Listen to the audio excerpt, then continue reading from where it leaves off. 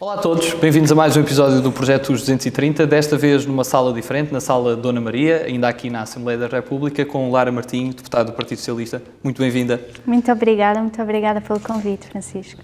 Nasceu nos Estados Unidos, de uma família de imigrantes, vinda dos Açores para os Estados Unidos. Como é que foi crescer num país diferente, também numa comunidade com uma diáspora grande portuguesa?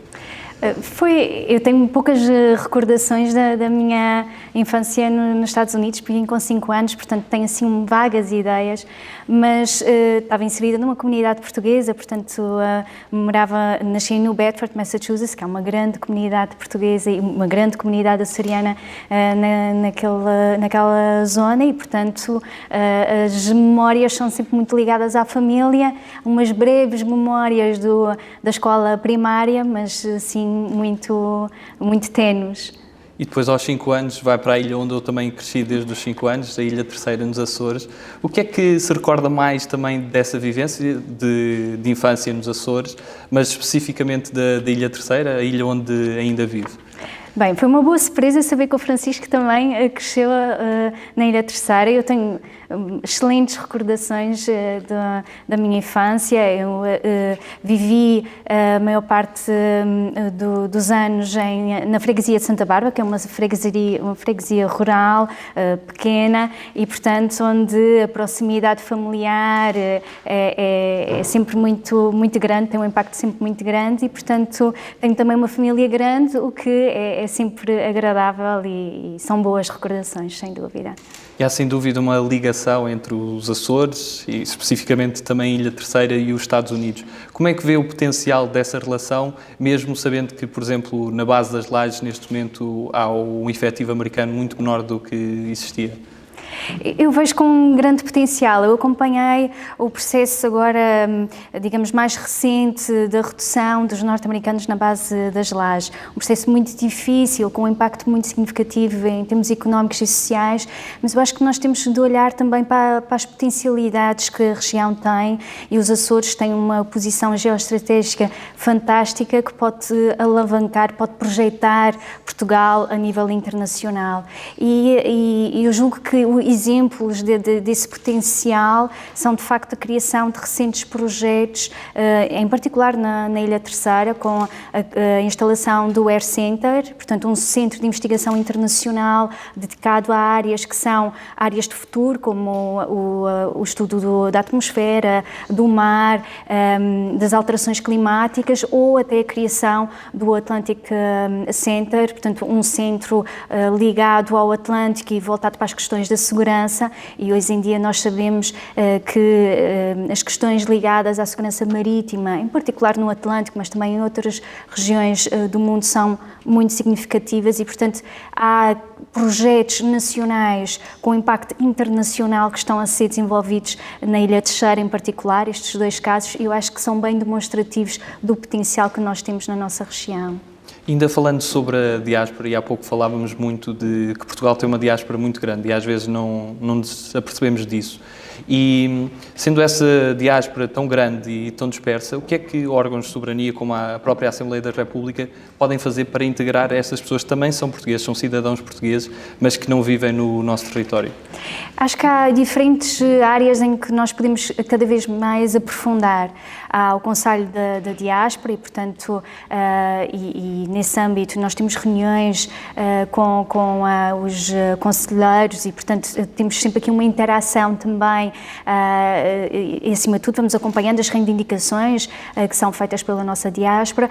Temos também deputados que são eleitos especificamente pela diáspora e, portanto, eles têm uma relação de maior proximidade com os nossos imigrantes e depois, por exemplo, temos os grupos parlamentares de amizade com diferentes países em que acabamos também por criar aqui ligações com outros parlamentares de outros países e reforçar também aqui as questões ligadas à nossa diáspora. Isto só para dar alguns exemplos da forma como podemos trabalhar e eu julgo que há aqui um trabalho de facto que podemos e que devemos de aprofundar em relação à representatividade da nossa diáspora. E é exatamente presidente do grupo parlamentar de amizade entre Portugal e os Estados Unidos, sendo que essa amizade é mais fácil com a nova administração Joe Biden do que era com a administração Trump haveria um maior isolacionismo por parte dos Estados Unidos ou as coisas mantêm-se ligeiramente iguais? Digamos que a antiga administração norte-americana era desafiante, não é? Mas o Grupo Parlamentar de Amizade tem uma ligação sempre muito forte com a Embaixada, com outros parlamentares, portanto, senadores, congressistas dos Estados Unidos e, de facto, a relação de proximidade com a Embaixada e com o anterior embaixador foi sempre muito profícua e, de facto, foi possível trabalharmos num conjunto de dossiês, muitos deles ligados também aos Açores e das questões ligadas à base das lajes e nesse sentido, julgo que não sentimos tanto, nós tem sempre um impacto as questões transatlânticas e o maior isolamento que sentimos nos 4 anos anteriores, mas não se refletiu na atividade, digamos assim, do Grupo Parlamentar de Amizade. Mas eu tenho, de facto, a expectativa de que agora será ainda mais aprofundada e poderemos desenvolver outro tipo de atividades nos próximos anos, sem dúvida. E voltando ao seu percurso pessoal e académico, veio para o continente para estudar na Universidade Nova, Ciência Política e Relações Internacionais e depois também faz o mestrado em Relações Internacionais. Quando é que percebe que essa é a sua área? Eu sempre gostei muito da história internacional, das questões mais ligadas às relações internacionais e quando estava a procurar e, portanto, a tentar, digamos, descobrir o curso que iria depois fazer, recordo-me de ver que tinha aberto há um ano o curso de Ciência Política e Relações Internacionais na Universidade Nova e eu achei, é isto, e, portanto, concorri e portanto, fiquei e foi sem dúvida uma experiência muito interessante e muito enriquecedora. E quando é que decide voltar aos Açores? Eu acho que foi no dia em que saí, sim. Ou seja, tive sempre esse objetivo. O meu objetivo era regressar a casa e, portanto, as saudades da família eram uma constante e, portanto, nunca fez parte dos meus objetivos deixar de regressar. E depois tem uma experiência também a nível da administração, como administradora da Sociedade para o Desenvolvimento Empresarial dos Açores e também trabalhou na Câmara de Comércio de Angra do Heroísmo. Como é que foram essas suas experiências e como é que ajudaram a depois a começar a sua atividade política mais ativa e posteriormente legislativa? Eu adorei trabalhar na Câmara de Comércio de Angra do Heroísmo. Eu fui secretária-geral durante alguns anos e, portanto, tinha uma ligação muito forte com as empresas e é uma área que eu sou apaixonada porque, e julgo que foi isso que levou a que eu depois me envolvesse e portanto, tivesse aqui uma participação política mais ativa, porque no âmbito da Câmara de Comércio, uma das áreas em que nós éramos muito ativos era em reivindicações políticas junto do Governo Regional e, portanto, em trabalhar para termos políticas que fossem, digamos, que fossem adequadas também às necessidades das nossas empresas. E foi uma experiência muito interessante porque a própria Câmara de Comércio era muito dinâmica e chegou uma altura que nós tínhamos quase 1000 associados e, portanto, tínhamos ali um dinamismo muito interessante. E recebi depois o convite para fazer parte da lista à Assembleia Legislativa Regional dos Açores e, nessa altura, achei, bem, ok, se calhar este é o momento para poder trabalhar nesta vertente, portanto, no apoio às empresas, mas numa vertente diferente e, portanto, digamos, na preparação já de outra forma dessas próprias políticas e foi esse um pouco o caminho. E quais são as maiores diferenças que separou, estando em 2 órgãos legislativos, a Assembleia Legislativa dos Açores e agora como deputada na Assembleia da República? Quais foram as grandes diferenças que separou quando chegou aqui a São Bento? Eu tive pouco tempo na Assembleia Legislativa Regional porque, como o Francisco referia, eu fui convidada depois para ir para o Conselho de Administração da Sociedade para o Desenvolvimento Empresarial dos Açores, que foi criada, portanto, nessa altura e portanto, estive, acho que cerca de, nem chegaram a ser 6 meses na Assembleia Legislativa Regional e fui para esta empresa pública que era, digamos, era uma mistura entre o AICEP e o IAPMEI, portanto, também ligada às empresas.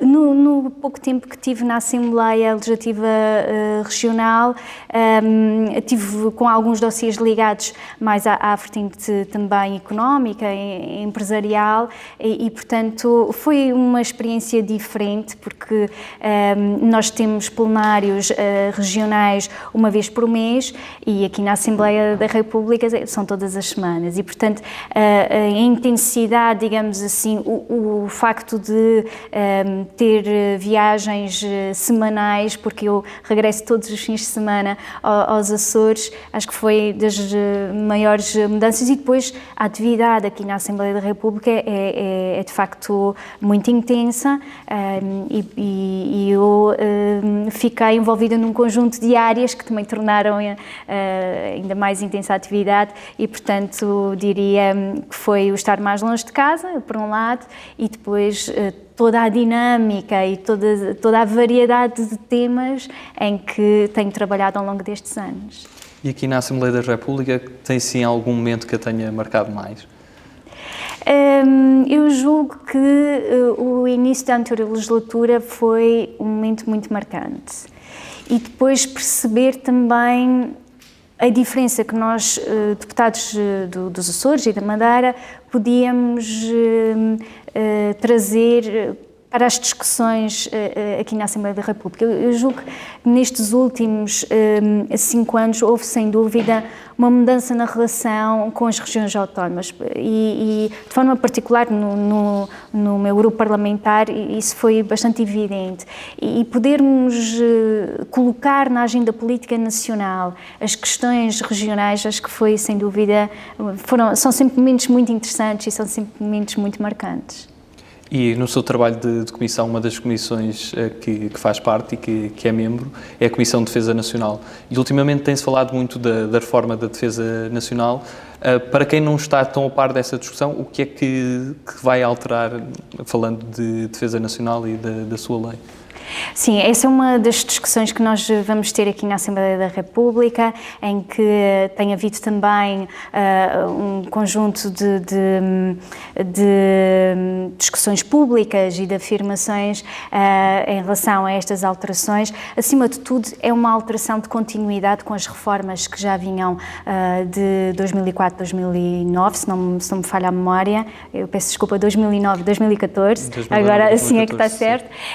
E, portanto, é acima de tudo, poder também reforçar, de alguma forma, o comando conjunto e poder reforçar. E eu julgo que a experiência da pandemia trouxe algo que é muito relevante. Nós, nesta pandemia, acho que ficou muito claro para todos os portugueses a importância das Forças Armadas e a importância de termos Forças Armadas preparadas para estas novas respostas, e o objetivo destas alterações é, acima de tudo, poder preparar as nossas Forças Armadas para o futuro, para estes desafios que são cada vez mais exigentes e para estas novas ameaças, porque a realidade é que a perspectiva de termos futuras pandemias é de facto muito grande, e temos que estar preparados para podermos enfrentar de facto todos estes desafios. Faz parte também da Comissão dos Negócios Estrangeiros, mas também de uma comissão eventual de verificação dos poderes dos deputados eleitos. O que é que exatamente, quais são as funções desta comissão? Essa comissão, acima de tudo, funcionou no início da legislatura para podermos verificar se todos os deputados eleitos reuniam todas as condições para poder exercer o mandato. E, portanto, tivemos uma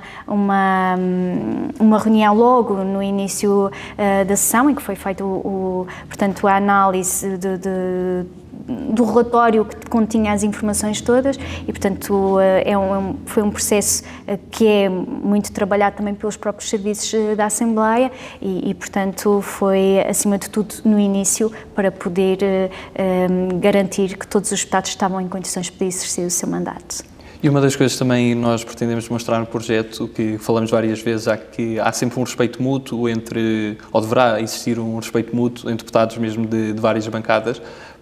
Pergunto-lhe se consegue identificar deputados de outras bancadas que tenha especial admiração. Eu tenho uma especial admiração pelo deputado Jerónimo de Sousa, porque acho que e esta especial admiração é ressalvando que aquilo que nos separa em termos de ideias, de projetos é bastante significativo.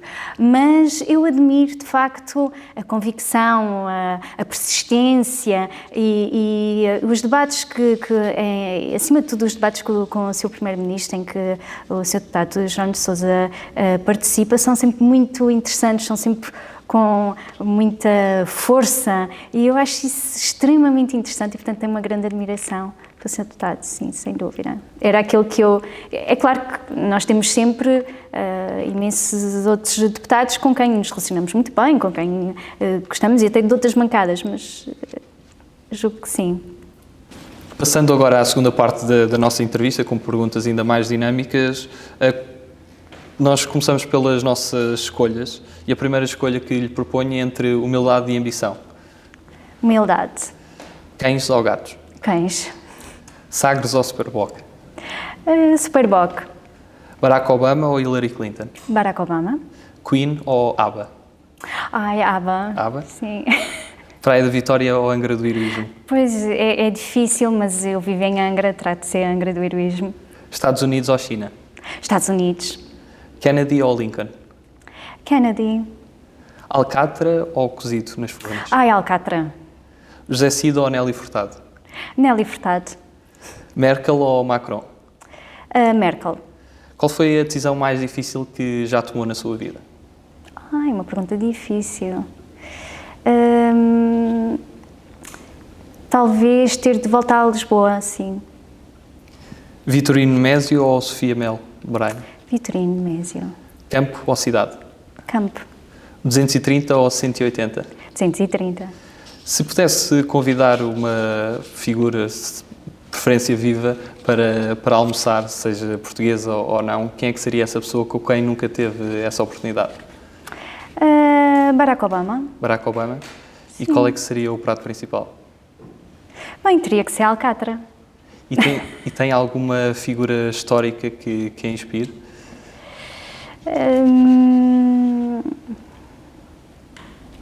Que me inspire, histórica. Acho que são várias, é uma confluência, não consigo identificar uma singular. Se quiser enumerar várias. Bem, eu diria que inspira Afonso Henriques. Eu também diria, nós ainda hoje tivemos aqui uma reunião em que falámos de Fernão de Magalhães e acho que é impressionante, de facto, pelo menos a sensação de aventura. Isso é inspirador, não é? E mesmo ao serviço de outra sim, coroa? Sim, mesmo ao serviço de outra coroa, mas de facto iniciar uma viagem daquela dimensão e acima de tudo tendo em conta o resultado, não é? Sem dúvida é inspirador. E a nível literário tem assim alguma preferência, algum autor? Olha, eu leio diferentes tipos e tenho estado muito concentrada em livros mais ligados à política, mas estou a ler agora um livro de Natália Correia e de facto tenho que assinalar porque estou a adorar a escrita dela, sem dúvida. E em termos de filmes? Filmes, também vejo um pouco de tudo e adoro ver televisão e, portanto, mas se tivesse que escolher um filme, talvez escolhesse A Vida é Bela. Com Roberto Benigni. Sim. E a nível musical, tem sim alguma banda ou estilo musical favorito? Gosto muito de música brasileira, sim. E algum cantor favorito? Chico Buarque? Sim, por exemplo, mas ouço um pouco de tudo, sim, sem dúvida. Mas também as coisas mais recentes ou mais... Sim, digamos que sou influenciada também por músicas mais recentes, não é? Os jovens lá de casa influenciam, o que é sempre bom, porque nós ficamos a par das novidades musicais. E qual é aquele país que nunca visitou e gostaria mesmo de visitar? Eu gostava de ir a todos, portanto... Mas há assim um que penso que deveria ser o próximo, está na bucket list como primeiro lugar? Olha, o próximo, as minhas próximas viagens, assim que eu puder, será para voltar aos Estados Unidos ou ao Brasil e, portanto, novos países, eu julgo que assim que tiver oportunidade vou agarrar logo o primeiro que eu conseguir ir, mas não tenho assim um que eu diga, já fui àquele que eu tinha imensa curiosidade e, portanto, gostaria de ir a todos e esse, digamos, era o objetivo. E o que é que mudou na sua vida desde que foi eleita deputada aqui à Assembleia da República?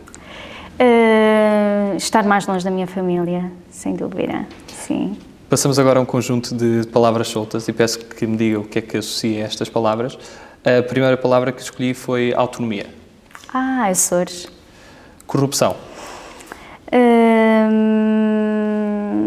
Tem que terminar. Touradas. São uma festa. Patriotismo. Diria gradualismo. Nacionalismo. Nacionalismo. Portugal. Saudade. De casa. Cimeira das Lajes. Cimeira das Lajes, erro. Alternativa.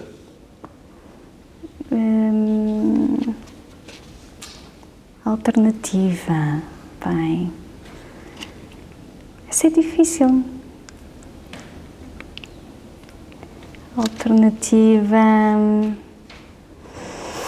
Pronto, alternativa aos Açores, diria Madeira. E sente que há muitos preconceitos quanto ao mundo político e quais é que são os maiores preconceitos? Sim, eu sinto que há muitos preconceitos. Eu acho que acima de tudo porque não há um conhecimento, e aí eu julgo que a culpa também é nossa, enquanto, no caso particular de deputados, de todo o trabalho que nós fazemos. A ideia às vezes é que o nosso trabalho é estarmos, por exemplo, na sala do plenário e, portanto, estamos ali nas discussões, e não é isso, nós temos um trabalho imenso nas comissões, nos grupos de trabalho que fazemos parte, nos grupos parlamentares de amizade, depois nas direções do grupo parlamentar, de quem faz parte. Portanto, há um trabalho intenso ao longo da semana que não é visível e que às vezes é difícil também de transparecer esse trabalho. Acho que temos que melhorar a nossa comunicação, temos que tentar chegar de alguma forma mais perto e de facto o trabalho dos 230 é muito interessante nesse sentido porque dá uma perspectiva diferente e apresenta de uma forma também mais, eu diria até mais simples, não é? O trabalho que nós fazemos e isso temos que agradecer ao Francisco e à sua equipa. Obrigado. E se tivesse que resumir Portugal numa palavra, que palavra escolher? Genialidade, sim. E para terminar, que mensagem é que gostaria de deixar a todos os portugueses? Eu acho que, acima de tudo, tendo em conta este momento que nós vivemos, que é um momento muito difícil para todos nós, estamos todos muito cansados da pandemia e de tudo o que ela implica, acho que, acima de tudo, uma palavra de esperança. Eu acredito que nós estamos a caminhar para o fim deste período e, portanto, a esperança de que dentro de pouco tempo possamos estar novamente todos juntos. Lara Martinho, terminamos assim a sua entrevista. Muito obrigado pela sua participação. Agradeço, muito obrigada. Obrigada. E a todos lá em casa, muito obrigado por continuarem a assistir ao projeto Os 230. Estejam atentos, ainda faltam muitos episódios. Muito obrigado.